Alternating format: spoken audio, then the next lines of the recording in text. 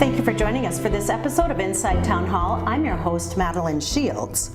Several homes in Sioux Falls, they fall under the Board of Historic Preservation, and joining me today on Inside Town Hall to learn more about this is City Councilor Kurt Sale and his guest, Alex Halbach, who is the Board of Historic Preservation Chair. Thank you both for joining us. Let's talk a little bit about, does this organization or committee falls under the Sioux Falls City Council? Certainly. One of the things that why I've asked Alex to be here is there's a lot of questions sometimes about what is the Board of Historic Preservation and how that works. And we have a lot of those in central districts, a lot of those districts. There's a state board, there's a city board, and they make recommendations. A lot of it falls under the federal regulations on what qualifies and stuff. So I've asked Alex here today to give us more of an explanation on how that works. Okay, well, Alex, tell us a little bit about your position. Is it new to you? And tell us what you do. Actually, I am just finishing up my first term on the board, which is wrapping up on 3 quick years already. The Board of Historic Preservation is approved by the mayor's office, actually. So you apply to be a part of one of these various city boards that are, there are how many? 12? Oh, there's 13. Quite a few. There's quite a few. And so you apply to the mayor's office, and the mayor appoints you to this board or this committee. And the Board of Historic Preservation is mostly lawyers. There's architects, designers, planners on that committee. So it's people that have expertise either in real estate, design, or preservation to begin with. We've got a couple members from the Siouxland Heritage Museum as well to provide that historical resource. And then this group is really tasked with preserving a lot of the historic properties around the city of Sioux Falls in any of the historic districts, whether it be Cathedral, McKinnon Park, Hayes, Tut Hill, any of those.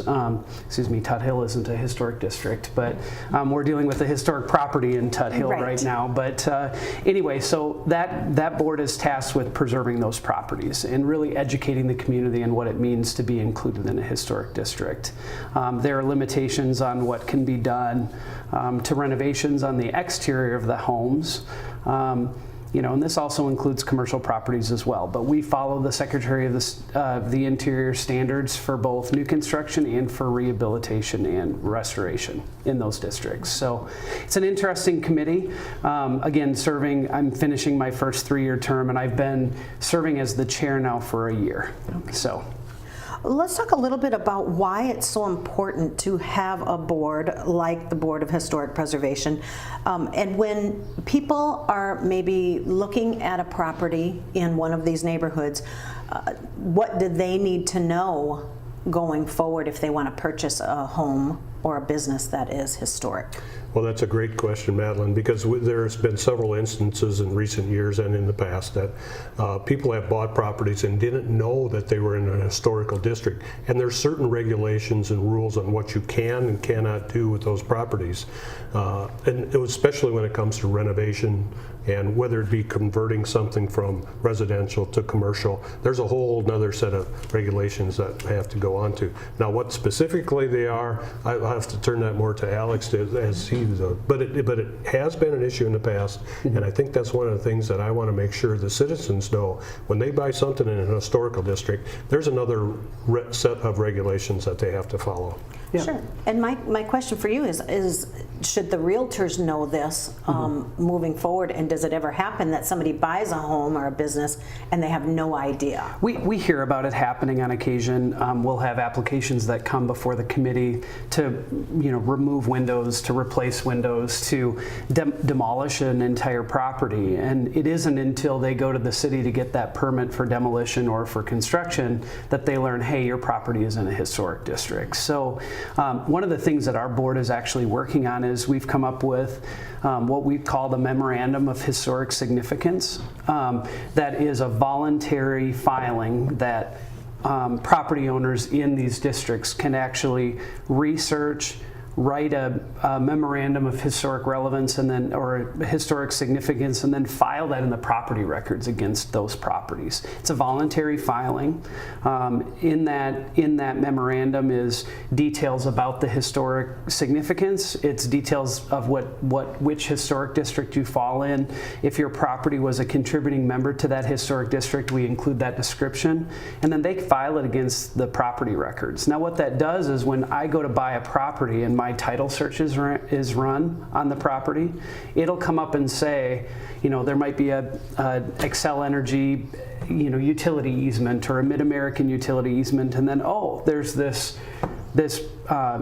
memorandum of historic significance. Well, what is that? Well, then when it's pulled through the title office, it'll then give a description of what is important about that property and why it's significant to the neighborhood, and hopefully it's just to provide notice to that buyer that, hey, you're buying a property that falls in a historic district or has some importance. You need to understand what that means. Okay, so Kurt talked a little bit about, and I've mentioned the Secretary for the Interior standards. This is a guideline these are guidelines that are provided by the Secretary for the Interior, the U.S. Secretary for the Interior, that gives guidelines for whether you're going to be renovating a project. Here are the rules that you have to follow, and if you're going to be building a new construction project in an existing district, here's a whole separate set of standards that apply. So when an applicant comes before us, we say, is this a renovation? Or is it a new construction? If it's a renovation, here's what we're required to look at. If it's new construction, here's what we look at. And then we go through the standards and decide whether the project meets those standards or doesn't. If it doesn't meet the standards, the board gives a lot of critiques and criteria and suggestions for change, and a lot of times we'll see that project come back before us a second time.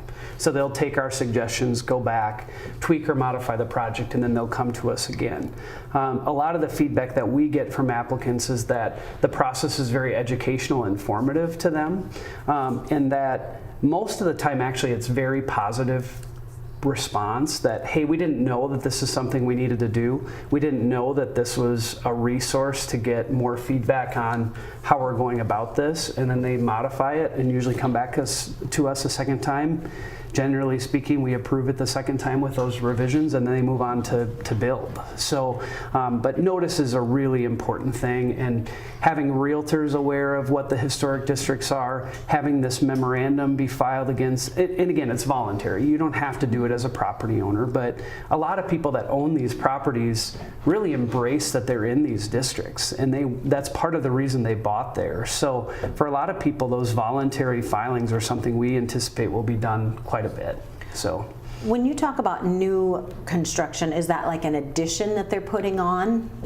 New construction is generally like if you buy a bare lot in a historic district, or if the property is in such a state that it's being torn down or something like that.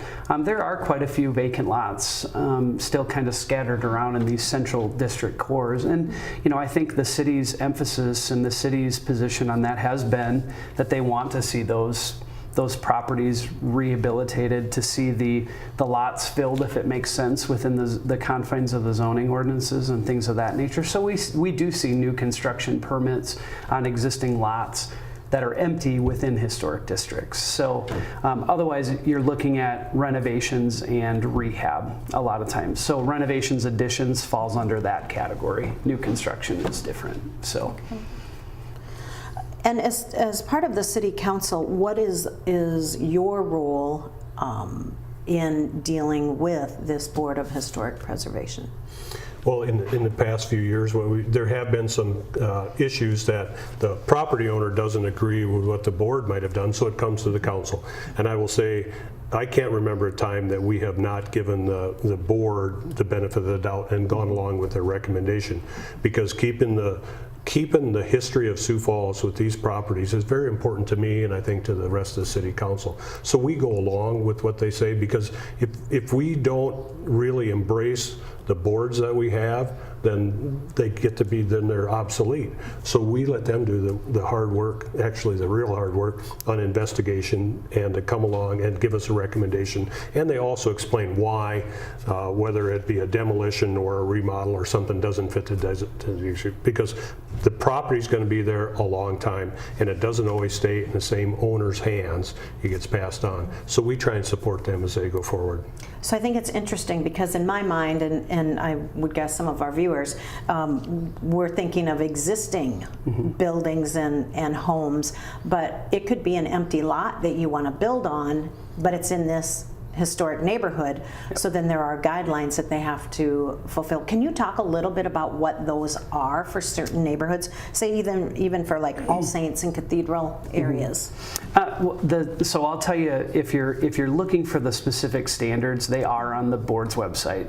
So if you go to the Sioux Falls, the City of Sioux Falls website and search for Board of Historic Preservation, the standards are outlined on there. Some of them are massing, like I'll just go over a couple of things we look at, like massing and scale of new structures, right? So we don't want it to dwarf neighboring properties, right? So if we've got a 2-story here and a small 1-story bungalow over here, we're not going to probably approve something that goes way above the height of that 2-story structure. There's also max height restrictions in the residential code as well. But so massing and scale is important. Material choice is really important. So on additions, they want materials that are going to be distinguishable from the original structure, but still are more appropriate, right? So we don't want, if it's a brick structure, we don't want it to be, 6-inch hardy board siding, right? We're probably going to recommend a stucco product, or maybe another stone product that would complement the existing structure but not detract from it. Windows are really important. Glazing is really important. The glass, but also important with that is like the grid patterns of the original windows, right? We want to preserve that. So a lot of times the board does see window applications. A lot of times we see demolition permits for ancillary structures, garages primarily, that we see. And a lot of times those garages are actually mentioned are oftentimes mentioned in the application or in the listing when the property was added. They mention it being a carriage house on, an ancillary carriage house or something like that. So the board has been very good though about, if it's a small one-story or one-car garage and you can't fit a Prius in there, we're probably not going to tell you can't tear it down to build a larger garage, so long as the styling, detail, massing, and all that stuff is complementary to the original house. So those are some of the elements that we look for, but again, we follow the Secretary of the Interior standards, and those can be found on the Board of Historic Preservation's website. Okay. Well, we have a lot more to talk about. When we come back, we're going to talk a little bit about families searching for homes and possibly some new incentives for them.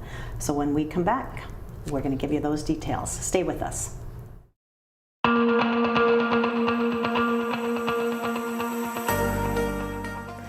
Hi, I'm Dr. Heggie from Falls Community Health. And today, I'm here to talk to you about the importance of reading to your children. There are so many benefits to reading to your children, and you should start from an early age. Reading can help your child expand his or her vocabulary. Listening skills are important too, and being read to can help kids develop these skills.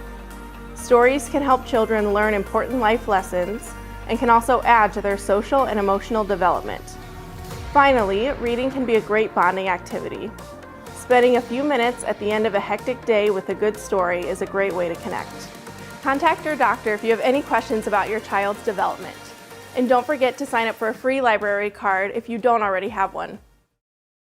Well, welcome back to Inside Town Hall, where we are visiting with City Councilor Kurt Sale, and his guest is Alex Halbach from the Historic Preservation Board, and you are the chair of that board.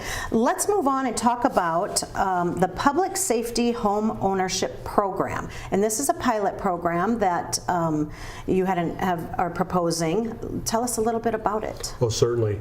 As Alex has stated, the pride that the Sioux Falls homeowners have in the buildings, and they're homes. They're not just houses, they're homes. So whether it be historical homes or other homes, we're going to try and pilot, and it's been done in other cities successfully, is to incentivize police fire to live in neighborhoods that are maybe not as affluent as some of the others. We probably don't need them south of 57th Street, but there are certainly properties, I will say, in the core of Sioux Falls that would benefit if we could have one of our public safety officers move there. I believe there will be benefits, at least two benefits I can talk off right off the head. First off, by incentivizing them to live in the neighborhood, I believe that we're going to cut down on crime in the neighborhood. Because if you have a highway patrolman park his vehicle out in front of their house on a nightly basis, the possibility of you having something that's not legal 2 doors down, it kind of goes away a little bit. So as they do that, I believe bringing them back into the core will help those neighborhoods in the long run. And the second thing, it's well known that people that wear a badge take a little bit more pride than somebody else might in their house. They're going to keep it up, and they're going to have their friends over, and they're going to take they're going to take good care of their property. So as we've tried to model this, that's what's been done in other cities. It's going to be a pilot program to see if it really works and see if it takes off. I know I've talked to both the police chief and the fire chief, and they are really excited about it. Because a couple of the reasons, as they attract new recruits from outside of the city, it's become an issue on where can they buy a house that's affordable. So if we incentivize them to move to the core of the city, I think the city's going to benefit a lot from that.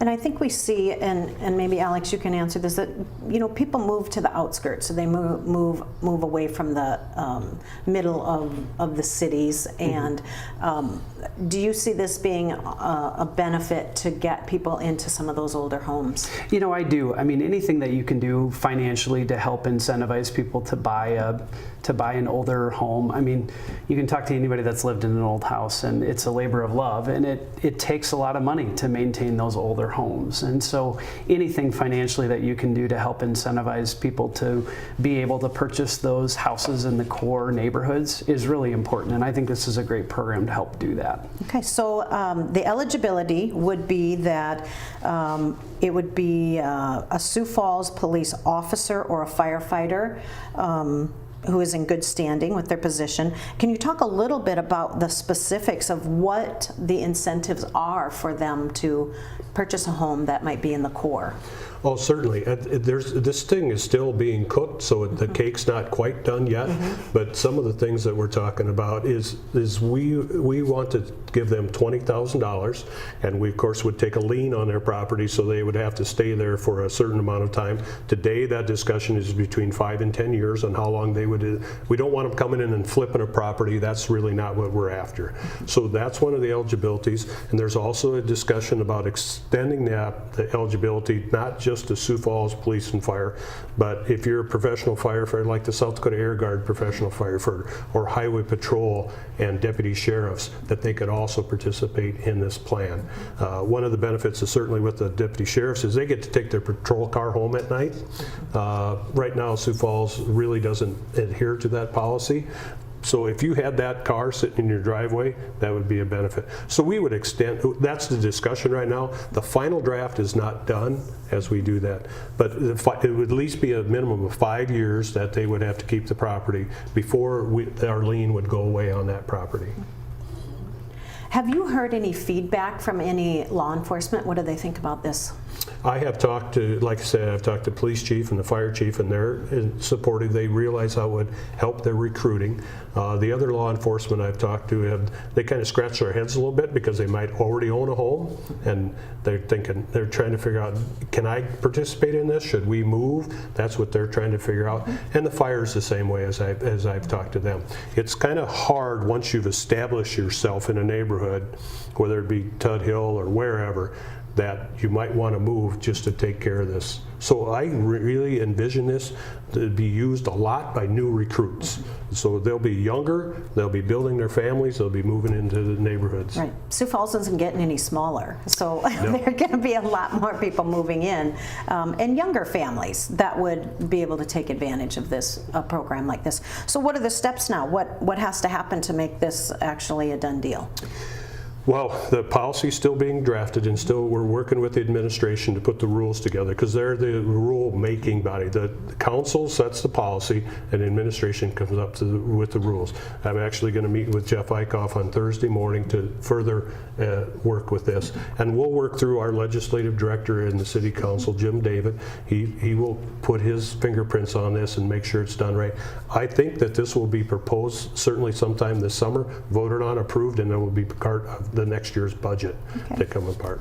And so some of this would be a $20,000 5-year no interest forgivable loan to people who would live in the residence. They can't Correct. rent it out, they can't flip it, and it would be in a designated city neighborhood. So this will be eligible in neighborhoods that city council approves, instead of letting them pick wherever they want to live in Sioux That's Falls. correct, and I'm working with I've talked to Matt Burns, the police chief, about what neighborhoods he thought might be interested, and I'm also going to work with the planning and Jeff Eichhoff to see what neighborhoods we really think this is needed in. Okay.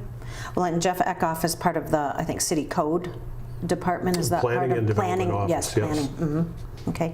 It has to be their principal residence, so they have to live in the residence we talked about. Where will the money come from, and about how much to support this program? That's a if it very good passes? question. It would come out of just the general sales fund that we take in every year, and it would be, we're asking for $500,000 for the first year, which would be 25 properties. So it's something that we want to see how it's going to work. We know it's worked in other cities. There's been examples of it, but we want to get it out, roll it out the first year, and then we'll evaluate it as the years go on. Alex, let's get your input on someone who works with the historic preservation of homes. You know, your board, you don't want to see homes deteriorate or in the core of the city. Right. Why is this a good proposal, do you think? Well, I mean, I think, you know, depending on how the program is structured with what neighborhoods would be eligible to participate, I think there's a lot of properties in the central part of the core that do need just somebody that's dedicated to the property, somebody that is, you know, committed to the neighborhood, you know, nothing against people that own rental properties. I own rental properties myself, but there's a different level of care that is put into a property if you own it personally than an owner-occupied program versus a rental. So, and what happens is, as these neighborhoods, you know, maintenance issues come up and things like that, a lot of times you see people say, well, I'm gonna let go of this property and I'm gonna go buy something newer that maybe already has a furnace replaced that I don't need to deal with windows and a roof on. So what happens is, a lot of times those properties convert to rentals. From the rental side, you know, again, depending on who owns them, they put various levels of care into them, and I think it's great if we can get owner-occupied residences back in the central part of town, and it sounds like this program would really help to do that. Okay, let's move on to another program, the Disabled and Senior Citizen Property Tax Refund Program. Can you talk a little bit about that and how this would help some of our elderly folks and disabled people in Sioux Falls? Sure, and just a little history on this is where I'm coming from. One of the things that City Council and along with the counties do every year is have a Board of Equalization, where we listen to people come in and they might have a concern with their property tax, whether it be the valuation or what the taxes are, and the counties go through every year and they allocate or they assess on how much your property should be. And some of us see some increases every year, and they go through different neighborhoods. Well, as I've sat through that these last years, it becomes very apparent to me that there's people that are actually really hurting because the taxes they pay. Elderly, fixed income, they've owned their house for a long time, they want to stay there till the end, and the taxes continuously go up, whether it be county, state, whatever the situation. Their income's really not keeping up with that. There is a program in the state today that they can get basically a property tax freeze if they qualify for financially. So what we're trying to do is to tag onto that and say, if you're under a certain income, which is pretty low, you're over 65, you own your house, what I have said in this program is that we will rebate up to $500 for your Sioux Falls city property tax. That's all we can really think of. So our people, we've got some very smart people that work for the city council, and Jim David has said that there's about 441 people that actually qualify for this program. It'd be roughly over $200,000 that we could give back to these people. We're working with the county, who's the ones that administer the state's program, to see whether or not we can, by a simple yes or no box on their form, that person can then send that, or the county could send the form to us, and it'd be a smooth transition. We could process it and work it back. That's the concept. As again, with the previous program, we're still working through the administration to make sure that all the processes are done correctly as we go forward. Okay. And just looking at some of the income guidelines, it's for a single person living in a household, just one person, it's about $29,500, and for multiple people living in one household, $36,950. So just about $37,000, and it must be 65 or older. And why is that important to help, or disabled if they're younger? What do you see this population growing as Sioux Falls ages? Oh, most certainly, most certainly. And that's one of the things that I come back to too, as we've talked to this whole discussion, is about home ownership. And the rule that I go by is, if you own your home, you're not only investing long-term in your home, you're investing long-term in your community. And that's what I want to see. I think a strong community has a large percentage of home ownership. Now that's fluctuated as the economy goes up and down. So I want to make sure that these people have an opportunity to stay in their houses for a long time, as long as they can actually afford it. Now when you talk about those income guidelines, $36,000 for two in the family, that's not a lot of money in today's world. And I understand, and it hurts me when we have to tell people, we can't give you a break under the state guidelines as we go. Councilor Starr does a great job explaining that to people, and I know that he would love to give these people back too. So I've worked with Councilor Starr on this proposal to go forward. I think that pride in your community, pride in your workplace, pride in your home, all work together. Okay. Well, that is some great information. And when you think, maybe by this summer, or when do you think this proposal may become? Yes, I would expect it to come in front of the council to be voted on sometime in July. Okay, well, great. Well, Alex, tell us one more time where people can get information about the board that you're serving on. Sure. If you go to the city's website, and I believe there's either a tab, or you can use the search feature for the Board of Historic Preservation. We've got a separate web page that you can learn all about the board, the members, the qualifications, and view some of our minutes and some of the projects that we've worked on. Okay. So. And that is siouxfalls.org. If anyone wants to get a hold of you or any of the other city councilors, how do they do that? Same website, siouxfalls.org. It has us all listed, along with our emails and our phone numbers. All right, you guys make it easy. All right. Well, thank you for joining us. And like we said, if you have comments or questions, you can go to siouxfalls.org. Thanks for watching.